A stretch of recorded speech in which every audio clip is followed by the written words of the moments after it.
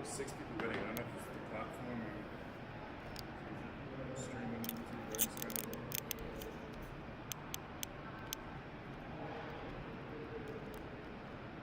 Yeah, we are live. Hey guys, we're just getting set up here. Give us 1 sec.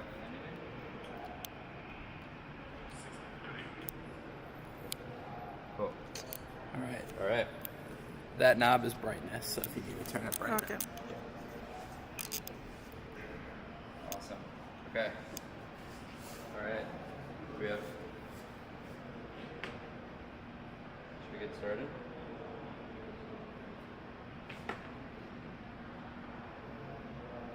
All right. Cool. Hey everyone. Welcome back. We're doing round 2 because we had a lot of people come last week, but we also had some people who couldn't make it. So wanted to do this again and show everyone the G2. Hopefully you can hear me okay. We're trying out a new setup here with YouTube Live and a new camera. So let us know if in the comments if you can't hear, and feel free to put questions into the chat. Nick over here will be reading them and I'll be answering them, and we can show you guys whatever you want to see. So yeah, Nadia, do you want to just start by kind of showing the vehicle?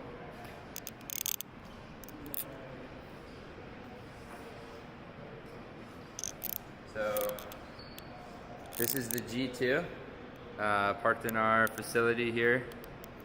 Do you mind if I actually just go around for a second with this? Cool. So we will kind of start with the outside and then we'll go look inside. We are making the windows bigger. First of all, this was the this one was serial number 1, and the windows are a little bit small. We are going to be making the windows bigger and adding more windows. So that's something that a lot of people ask about. We are addressing that. We do have, I'll show you the hookups. We have electrical outlets so that if you're outside and you want to plug in speakers or a light or something like that, you can do that there. This is the shore power hookup. So if you want to charge the house battery via shore power, you can do that. On the other side, if our cord will let us reach, I'll show you. This is the charger here. So this is the CCS charger. This is how you charge the vehicle. This is standard. This is a national standard. This is basically how all non-Tesla vehicles charge. So there's Tesla and there's everything else for now. That's changing. Tesla has a signed agreement with all the major OEMs, including GM, to allow non-Tesla vehicles with CCS standard to go charge at Tesla. So at Tesla superchargers around the country. So GM has said that potentially as early as sometime in the spring of 2024, that Tesla integration will roll out. So no like formal timeline yet, but we're hopeful that sooner rather than later that'll be something. And that's going to be CCS adapters provided by Tesla at Tesla chargers. Future non-Tesla vehicles will just come with NACS, which is the Tesla charging standard hardware. But for these vehicles now that have CCS hardware, the plan announced by Tesla and these other OEMs is that these adapters will exist at Tesla chargers, so you'll be able to plug these in.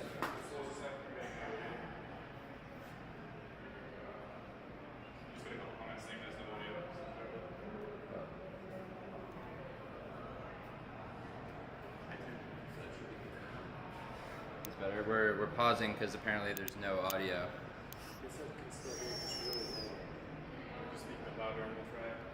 Okay. All right, I'll talk louder. Sorry if you guys can't hear me. I was just talking about the charger and how next year GM and Tesla will be rolling out charging capability at Tesla chargers. And just in case anyone didn't hear me before, on all future vehicles we'll be doing much bigger windows and more windows. So this is the back here. This is the garage area. Essentially, this is storage space. We have an outdoor shower here, so you can use this to take an outdoor shower. We do hot and cold. There's a hot water heater behind here. Getting an indoor shower, indoor wet bath is also an option. That's a module that you can choose if you want the indoor shower instead of the outdoor shower. Behind this wall here, there's 2 water tanks right in this one. There's a 16-gallon freshwater tank and a 16-gallon gray water tank. We are not doing black water, so black water is if you have a toilet that's hooked up to a septic system inside the vehicle. Instead, we use either dry flush toilets, composting toilets, or cartridge-based toilets. So that kind of avoids the mess with black water tanks. If you want bigger water tanks than 16 gallons of fresh water, that's also an option. And actually, the water system itself is modular, so even in this vehicle, you can upgrade the water tank on an as-needed basis. So we're going to show you how that works. Do we have the tank? Okay. So this is a 50-gallon water tank. You want to help me with this, Matt? Yeah. So if you want more freshwater capacity, you can order this from us. This basically sits right there.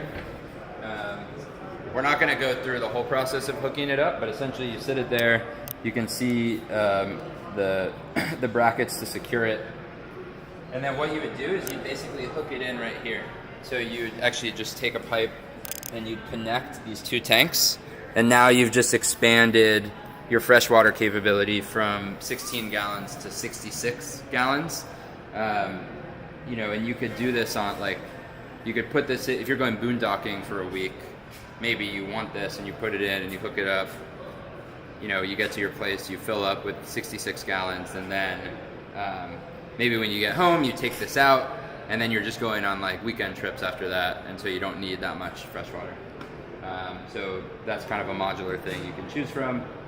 The bed is almost exactly a true queen size bed. I think it's just a little bit shy, but it's really comfortable. We do a custom mattress. Easily sleep 2 people next to each other. We want to run into a couple quick questions before we move on. Yeah, we'll do a couple So questions. we've got one from John H. Would a vehicle this size fit at a Tesla or other fast charging station? Yeah, so this actually brings up one thing that we want to mention. So this BrightDrop vehicle chassis actually comes in 2 different sizes. There's the Zevo 400 and the Zevo 600. They're almost completely identical except for the length. So the exterior length of this one, which is the longer one, the 600, is 24 feet. The smaller one is 20 feet exterior length. And we offer both of those, so if you want the smaller one, you can get the smaller one. This one, 24 feet, it's obviously in most normal parking spaces, you're gonna stick out a bit. We just took it on a 1,500-mile road trip around Michigan, and charged it at Electrify America, ChargePoint, Tesla at one of their Magic Dock adapter stations, and we didn't really have any problems. I mean, yeah, you stick out a little bit, but usually these chargers are hidden away in the back of a Meijer parking lot or a grocery store parking lot or something like that. So we didn't really think that it was a big issue, but in general, if you want the smaller form factor vehicle, you can definitely get that if you want to make that trade-off with space. And then one other one on charging. Harold Blackwood is saying, is there level 2 and level 3 charging? Yep. Yep.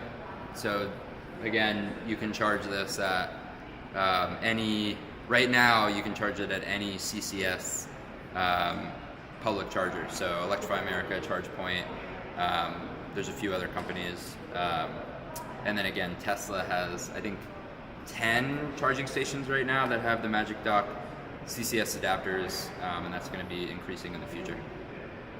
Okay, and then one last one from Island Roadster about the back of the vehicle. He's suggesting considering a deeper garage. So if you speak of the new design. You want to speak to the new design? Garage is getting deeper. So we're redesigning the utility module, which is all our plumbing and electronics, and all of that's going to basically be condensed and spread out over the wheel wells to utilize the space a bit more. And then that means you get a much deeper garage for things like mountain bikes with a raised bed, you mentioned skis and stuff like that. So we know this is an adventure vehicle, so we're trying to make as much space in the back so people get all their cool gear in the back and enjoy their trips. Cool. And then quick note on just general safety features of the vehicle.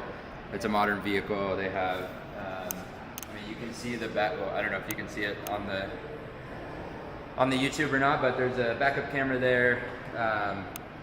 There's side and front-facing cameras, so you have the 360 camera assist. You have adaptive cruise control. You have like all those standard safety features. All right, should we go around to the question? Yeah, a couple more questions firing in. So John Ford is asking how much house electricity does Grounded provide, and is there a second 12-volt battery or inverter? Yeah, so basically the way that the electrical system works is, first off, the vehicle battery itself is a high voltage 173 kilowatt hour battery. So that's actually the BrightDrop vehicle battery. And then Grounded adds an additional house battery to that. By default, we're doing an extra 10 kilowatt hours. We can supply a bigger house battery if you want a bigger house battery, basically in increments of 5 kilowatt hours. Our house battery charges in 3 different ways. One is from the actual BrightDrop battery. So the big BrightDrop battery basically charges the Grounded house battery every time you turn the vehicle on. We also have solar panels on the roof that charge the house battery, and then, as I showed before, there's a shore power input. If you just, if you're home and you just want to make sure that you're charging up the house battery all the way, you can just plug that in. And then in terms of output, we have obviously the BrightDrop battery is high voltage. Our battery is a 48 volt system. And then we have an inverter to output 110 volt AC, and we have a DC converter to output 12 volt DC. So we have like regular house outlets inside, just to plug in your laptop or your microwave or whatever.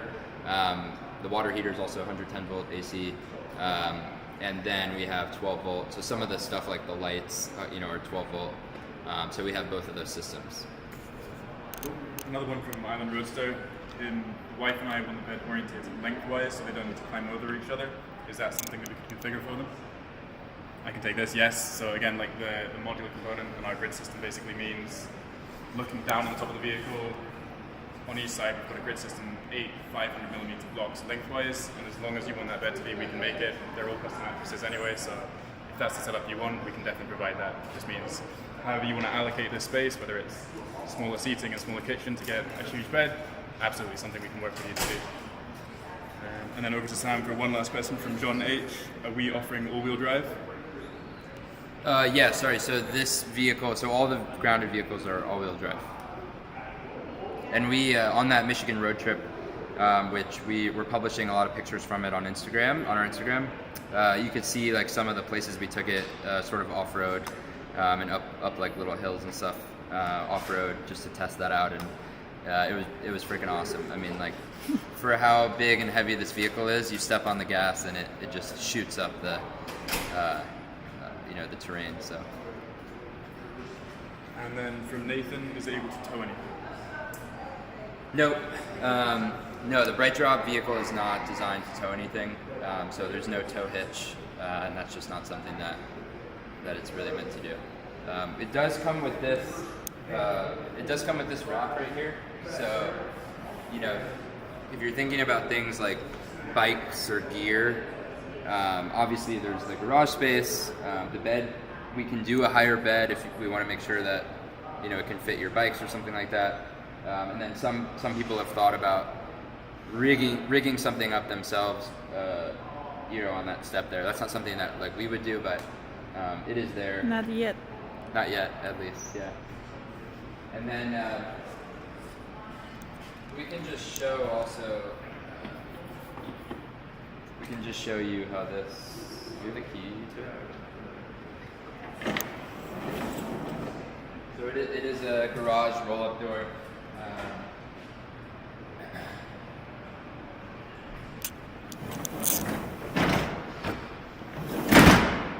And that's how it closes. And the nice thing about this is you don't have to worry about, like from a clearance perspective, none of the doors come out. So the driver door, the passenger door, and the back garage door, don't have any exterior profile from the doors themselves. So it's pretty nice because you could just be somewhere beautiful and open up the door and sit in your bed and yeah. Kim is asking how many kilowatt hours in the BrainDrop battery?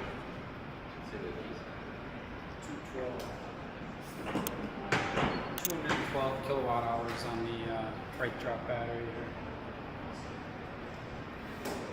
What's it? 212 kilowatt hours, right? 173. Oh, yeah. This battery. Yeah, 173. All right, should we go inside? Yep. And as we're going inside, it's a good question from John Ford. How do we heat the house? How do we what? Heat the fan, heat the interior. Oh, yeah, so there's a HVAC system. It's an electric heat pump that we put in, so that does hot and cold. That sits under the bed. You can turn that on and off electronically. Sorry, they're just trying to grab the camera cord to get us in here. Okay. So this van is still...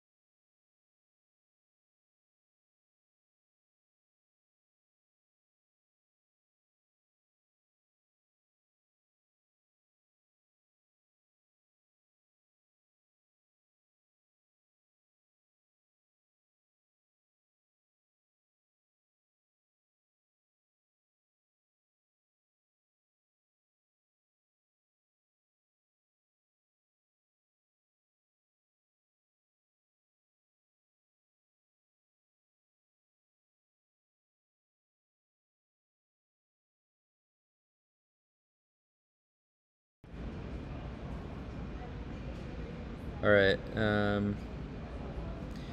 So we lost audio. Sorry about that. I'll just have to talk from here, Nadia. But do you want to go inside and start showing the inside? I still don't hear it.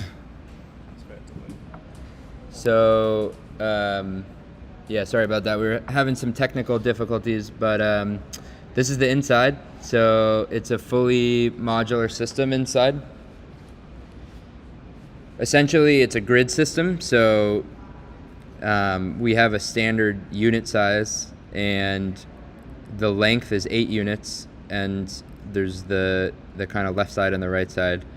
And so every module is available, or most of the modules are available for different sizes. So for example, the kitchen that's in here is 3 units wide, and then the bench next to it is 2 units wide.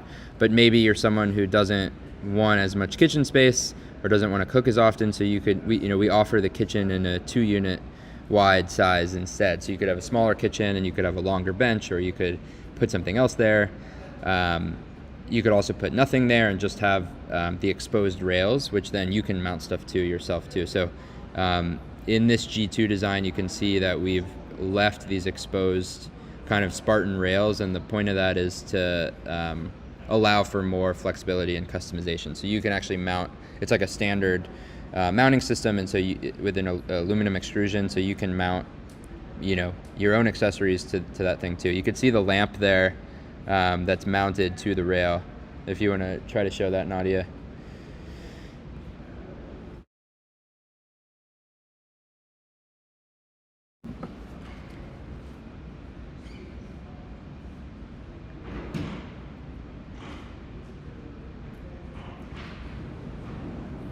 So one thing you can see is all the outlets everywhere. We have an outlet next to the bed. We have an outlet under that flip-up table.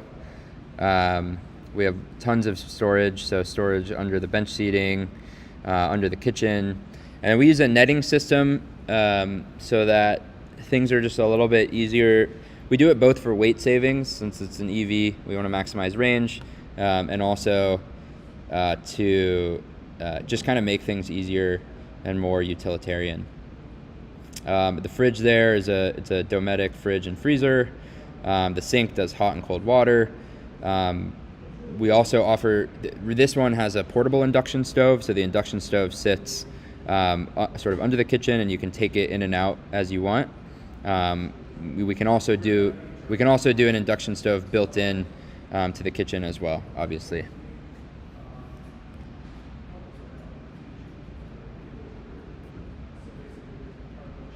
So that's the portable induction stove that Nick's showing there.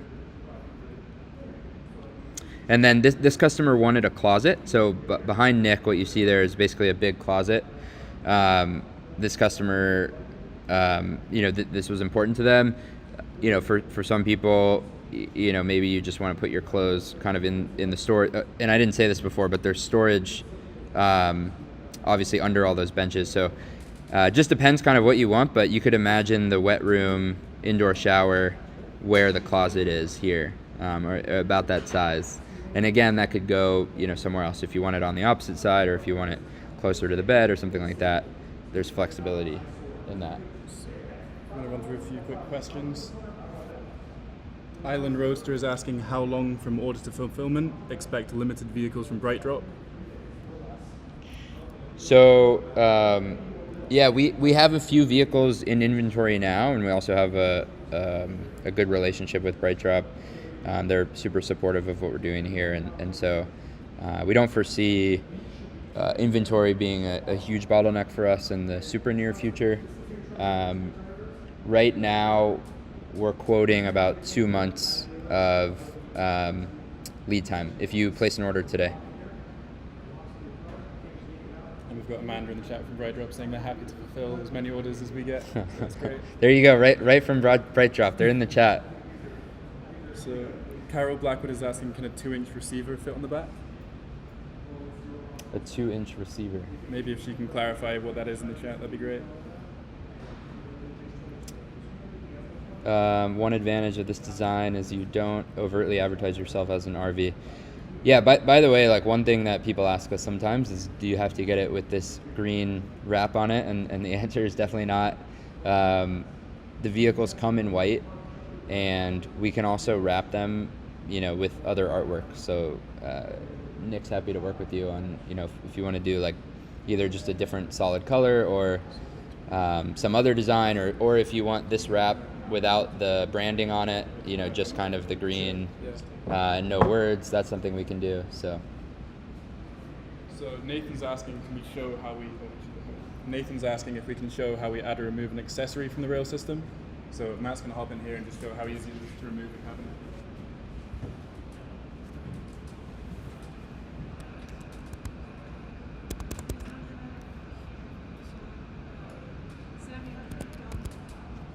keep talking.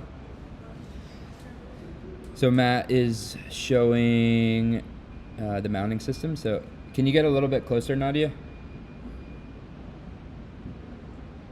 So he is detaching this overhead cabinet right here. So all of the furniture, it's Baltic birch plywood coated in a kind of protective melamine coating, and the basically, aside from just the wood, we add some of that aluminum extrusion as both a structural support to the piece of furniture. So you can see on the actual overhead cabinet itself, you can see the aluminum extrusions attached to it, and that is both for structure and also to do the mounting. And so you saw how easy and fast that was for Matt to take that off of there.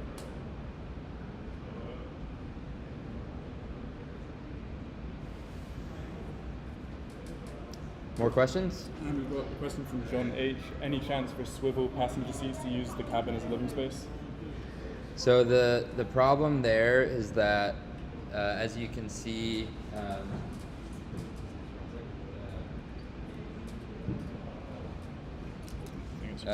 don't unplug it, yeah.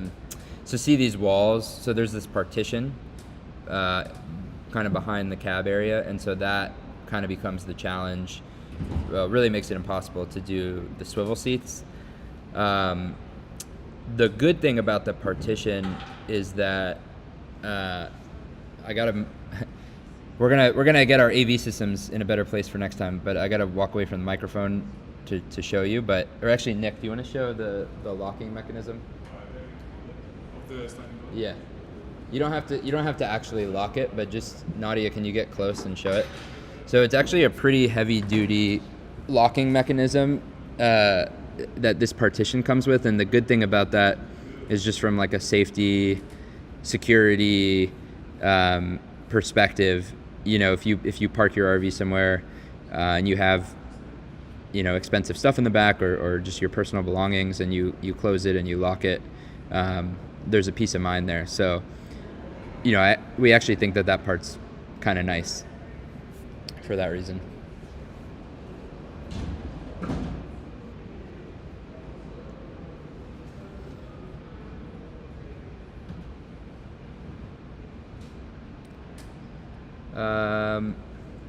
Oh yeah, and then I don't remember if we mentioned it or not, but there is a roof-mounted Starlink as well, and so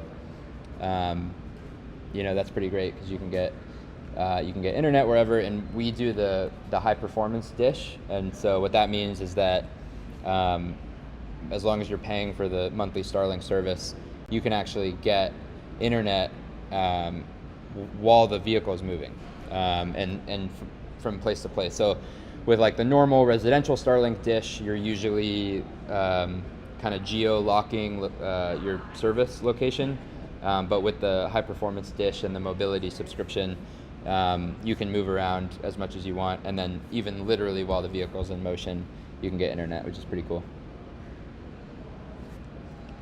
Carol Black was just clarifying that the 2-inch thing was for receiving, for towing and bike racks on the back that you mentioned. Yeah, so we're right now we're not adding any tow hitch or receiver like that. That's something that, you know, that we're thinking about. It's definitely something people ask about, but right now it's not something that we offer. And I saw Yoni's question. Hey Yoni, this is the 24-foot, and we will offer the 20-foot as well. Cool. Well, that is about time for today, but really appreciate everyone who joined. Hopefully this is useful. We are going to keep doing these. I think we might do them every couple weeks from now on, and we'll keep showing you updates, and feel free to keep questions coming. Last few questions are just trickling in. So John's asking, how is wind noise, road noise, and rattling at highway speed? You want to take that? Yeah, so as I mentioned before, we went on a Microphone. road trip. So on our road trip, it was really pretty decent actually. We've actually added extra wind noise protection around these sliding doors to keep it a much more sealed cabin. And rattling is super low, so we've built a really sturdy setup here. All of our aluminium frame is securely attached to the bright drop, and then all of our equipment is securely attached to that. So barely any rattling, better than the kind of comparison ICE vehicle we tested, so we're super pleased about that. And then Kim's asking about financing and terms. Yeah, so we have a third-party lender that we work with. Kim and anyone else, if you, I can message you after this and send you the credit application. It takes about 5 minutes to fill out. They usually get a approval decision by next business day. And in terms of terms, we recently saw as low as 8% which is, for interest rates right now, pretty decent. And it goes as high as 30 years, I think. Usually we see a little bit closer to 20 years, which for RVs is somewhat common. We can also do much shorter than that, if you want shorter than that. But, even the 20-year loan doesn't have any prepayment penalties. And then one last question from Sunny asking about the air conditioner. Do you want to recover that? Yeah, so it's a heat pump, electric heat pump. It's AC. It's kind of plugged in by default, and you can turn it on and off from the app. Yeah. I think that's us. All right. Thanks, everyone. Really appreciate you coming, and we'll talk to you soon.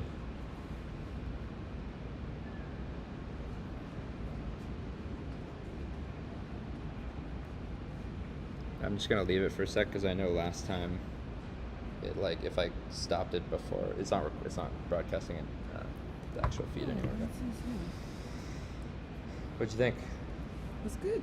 The camera quality looks 1,000 times better than the Instagram. It's obviously the camera.